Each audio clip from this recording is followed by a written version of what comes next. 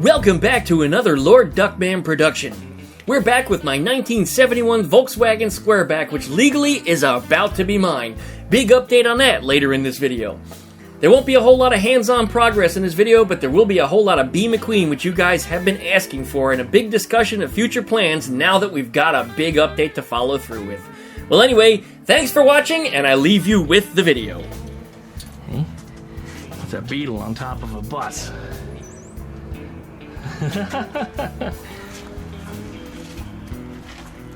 Ladder.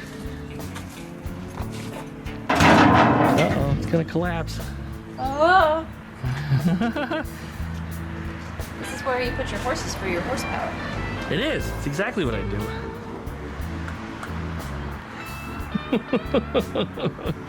That was actually really good. I didn't even think of that. I talk about the transmission often, so it is, From yeah. Deadlit Dawn. Now, bus transmission Dawn and floor pan Dawn. Wow. Whoa. Thanks, Dawn. It makes it sound like he's an action figure. Deadlit Dawn. I can have one of those commissioned. Here. I can have one of those commissioned. Oh my gosh, we could! Decklit Dawn, now with chicken foot attachments. Decklet Dawn comes with all the accessories that you see here, including floor pans he'll never get rid of. Yeah, he's had a big garage sale at his house the last 2 tech sessions. Yeah, he let a ton of stuff go. He made thousands of dollars at his first one. This time around, he's got all the stuff left that nobody really wants. There's a beetle in your beetle. Yeah, I saw that. He's been in there for quite a while, actually. Every time I dump it out, he's still there.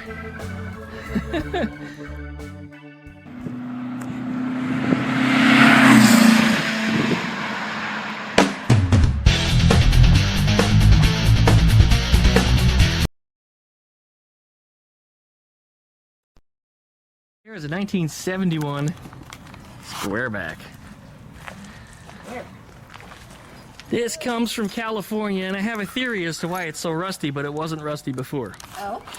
Well, it's 52 years old right now. Fair. And it comes from a state where there's no rain. Well, southern part of the state anyway. It is from the Los Angeles area. This car had been sandblasted, if you will, for the last 50 years of its life. So, sitting in a dry environment, technically it wouldn't rust too much then, right? Right. So now you take this sandblasted car with all this exposed metal, and you bring it to a state where it rains all the damn time, and it ends up with holes in it, in everything, in a matter of just a couple years. Where you can taste the humidity? Yes. Yeah, that's what's going on here with this one. Well, around the back, you can pop the, pap smear it. That's it. Push the little button there and pull the thing open. That's it. We'll go right up. And then that rubber mat that's in there, you can flip that up. Yep. Oh no! Yeah. You can see all the rust, but there's also those 2 little hooks there. You can hook your fingers in those and lift. Here's the engine. Oh, nice. Look at that, just like Ruby. Uh-huh. This one still has all the fuel injection stuff on it though, so you can see there's the plenum, the throttle body, all the long runners, and the injectors are way down in there. The computer is in here, and this is not attached. I see that. But it is functional. This thing is otherwise complete. When we got it though, fuel pump didn't work. Oh no! Even though she said everything on it, you know, it should be fine, it runs great. No, it doesn't. Yeah, so I had a lot of other issues, and you know how I cleaned the rust on it? No. With a shop vac. There was so much rust, and you can look on the ground there and you see what it's doing. This is what it was like inside the car. I pulled about 2 pounds of it out. Oh my goodness. Yeah, the shop vac was quite full. Very gentle. Well, then here comes the fun part. It is Cubs Crawfish, Pensacola, guys. Check them out. It's Ruby's key. It's this one. It only goes in one way, so if it doesn't want to go in right, that would be why. But there's no Volkswagen starting ritual with this one. You just put the key in, look for the 2 lights in the dashboard, and if they're on, you can start it. Key backwards. Nope. Well, you had it right the first time. Okay, turn. For the lights. Turn to on position. Keep going. There's the lights. Hey, got your 2 idiot lights. One for oil pressure, one for generator. Crank? Yeah. Smile when you do it. Oh, stop. It's in gear. Push the shifter forward 1 click. That's 2. There you're good. All right, there it is. Hold on, my heart is in my butthole. Give me a second. Can I get a picture of that? All right, take a serious one now and smile at me while you do it.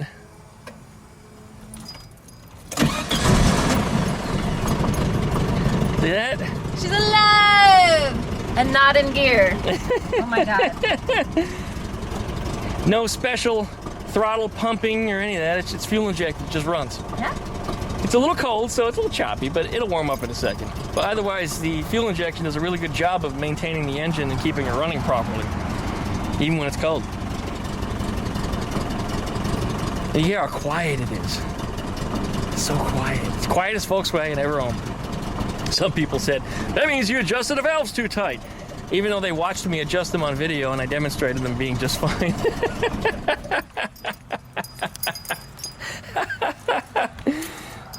Hey, look at you. How about that?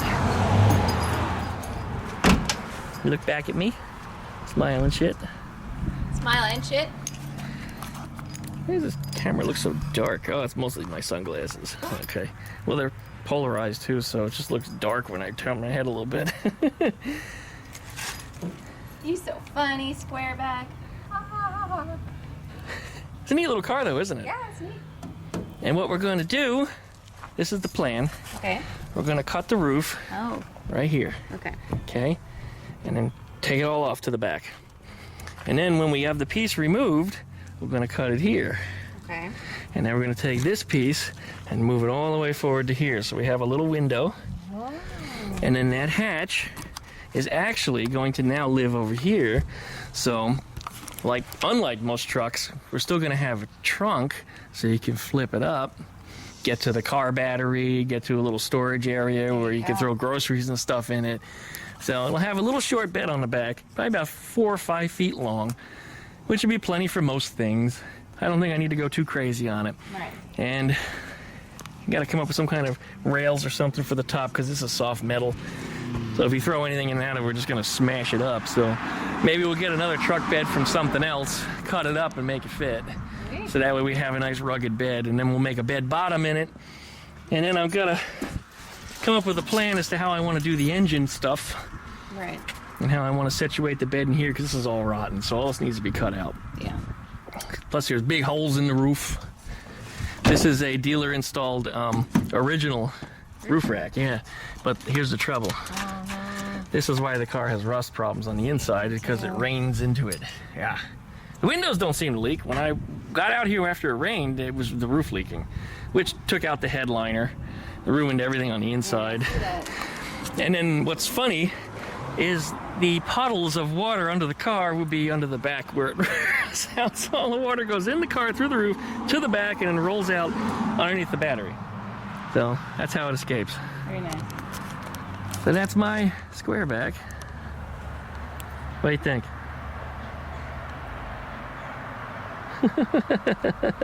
Do that again, but swing your arm more that way. There we go. Now I can see what it is. Looks like you're hitchhiking. That's kind of funny.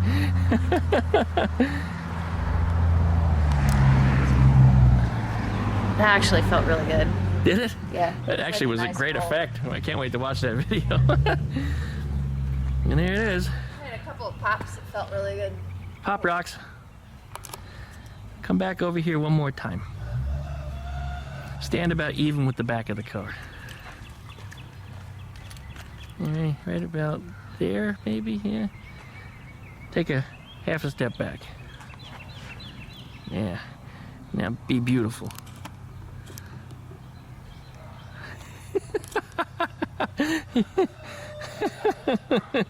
You're roboxing again. It's like Barbie. It's like joints in specific places. That's it. Okay, it's falling down. Do something Ashley Vaughn. I don't have a screwdriver.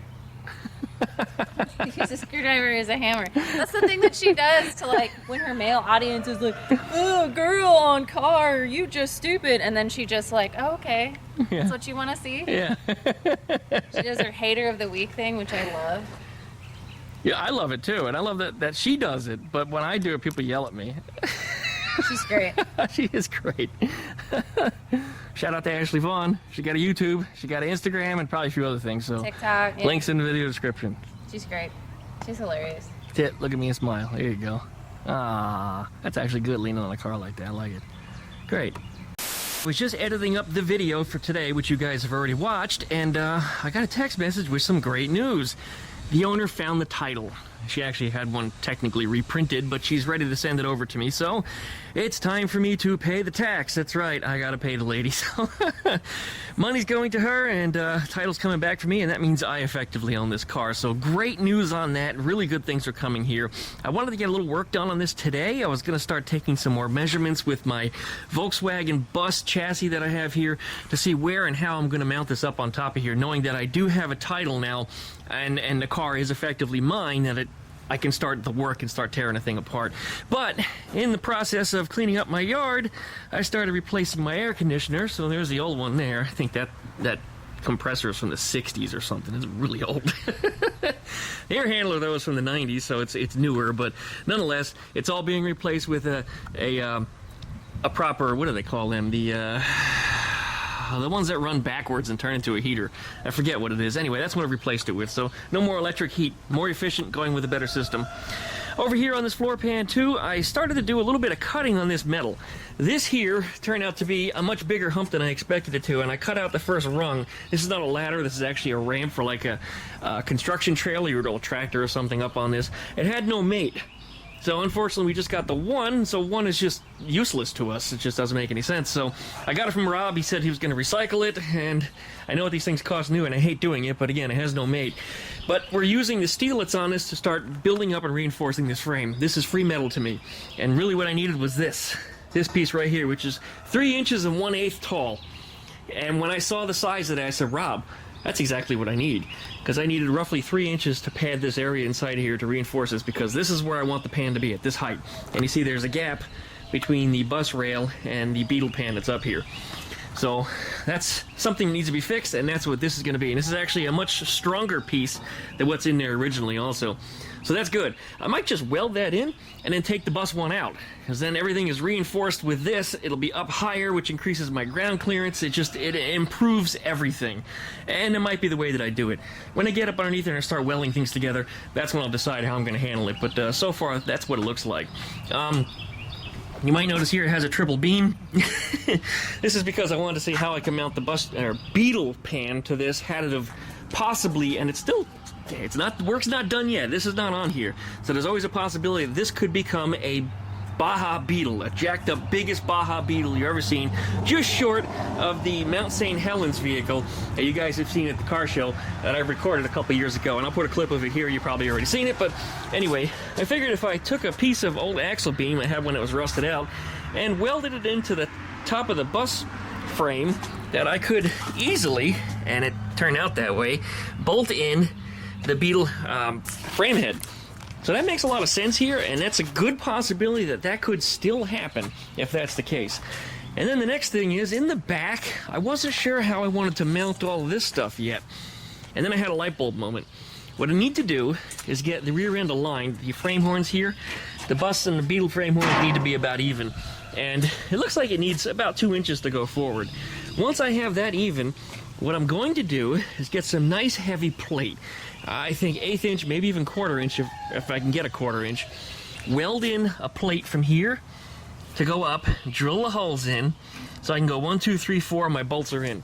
So that way the whole chassis will just drop in between those two plates, 4 bolts on each side, bolt in the frame head, and then along the frame, I'm going to drill a hole equal distance to this.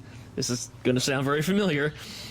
Put some riv nuts in the frame, right? Lay a rubber strip, same rubber strip you'd lay around here, along the frame. and then running typical Volkswagen body bolts the whole length. So that should hold the entire chassis in. It'll be stronger than stock because now it has this huge frame reinforcement underneath. So I've got some plans on this thing. Things are about to start moving on this. You're about to see some really big things. And I just got some 35-inch tires. I think this is a 32. I just found a set of 35s. Rob had a set in his backyard. We just realized that. They're not even very old. They're 15-inch tires, so they'll fit over my 15-inch wheels. I want to try to use the Bus 5-lug stuff on here if at all possible, unless I wind up going with Porsche brakes or something. In that case, it's going to be, 5x130 from Porsche pattern. But anyway, we don't know exactly what I'm using for rims yet on here, but that's where I'm at. Yeah, that is a 4-lug on the back from a Beetle. And that's only because I do have Beetle drums on here temporarily until I figure out how I want to do the reduction boxes. Because reduction boxes never came on Beetle IRS arms. So that's going to be probably its own video series of its own. But the Beetle IRS arms are in here. You guys saw me mount the pivot points for those. I made the special spring plates. I got everything bolted on here. So these arms are effectively, they're done. They're done. I just need to come up with a shock mount, how I want to mount it. The BS that's on there is all wrong. And I've got some nice, really long shocks with these big red springs on it that look really cool. So as long as they're not too stiff, they might end up going on here. So you got planes flying over, got roosters making noise because they hear my voice, even in the backyard. They're shouting to me. So I think we're just going to wrap up this video as we see it. Thanks everybody for watching. Thanks everybody for supporting me through this project. Man, I can't wait till I have a shop. I really can't wait because a lift would be ideal. Get this thing lifted up, roll this thing under, and just drop it on top, and then figure out where I need to cut, make measurements, and what have you. On the Type-3, I don't know what I'm going to run into yet, because in the back here, that bolting in of the rear torsion tube right here is going to bolt in exactly the same way because it's the same size on the Type-3. So this Beetle will be a great template for that, but the front end is completely different. And I don't know what I'm getting into, so it's going to be a fun adventure, that's for sure. But I'm just about ready to start lifting this thing up and throwing it on there, and I think probably the way I'm going to do it is to get the Type-3 up here, move this out of the way, put it on some sawhorses, I mean the whole thing, suspension, wheels, tires, everything, get it up in the air, take out the stuff that I don't need, drop it down on this chassis, figure out where I need to trim, weld in things, whatever needs to be done, then attach it, remove the extra suspension because the front beam that's in there needs to go away anyway.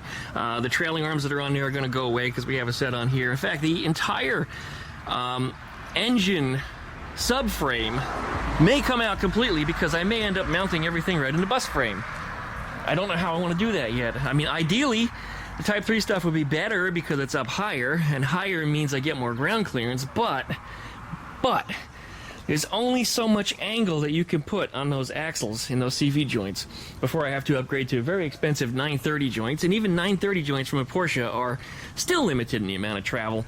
And you know what? My budget's also limited, and 930 joints are very expensive. So that may or may not happen. I guess we'll see. But anyway, I've done enough yammering in this video. This whole video has been nothing but, a lot of chatty stuff. But great things are happening. We're about to start moving on this project again, and I am really excited. So anyways, I guess that's it for now, you guys. So licky, likey, comment, and subscribe. Don't forget to plug that dingle belly so you get updates every time that I upload a video. Check out Duck Shit down there for all my different social media links. And I guess it'll be it for today. We'll be back with some more go-kart stuff on the weekends. And I know there's some of you don't like my go-kart stuff, but that's just too bad. The go-kart stuff actually is paying the bills right now. Those videos make more money than these do, so... and these are more expensive, jeez. I guess go-kart stuff is just more profitable the whole way around. That doesn't mean this is going away. This is still where my heart is, so we're still doing a lot more of these. So thanks for watching, everybody. We'll see you next time.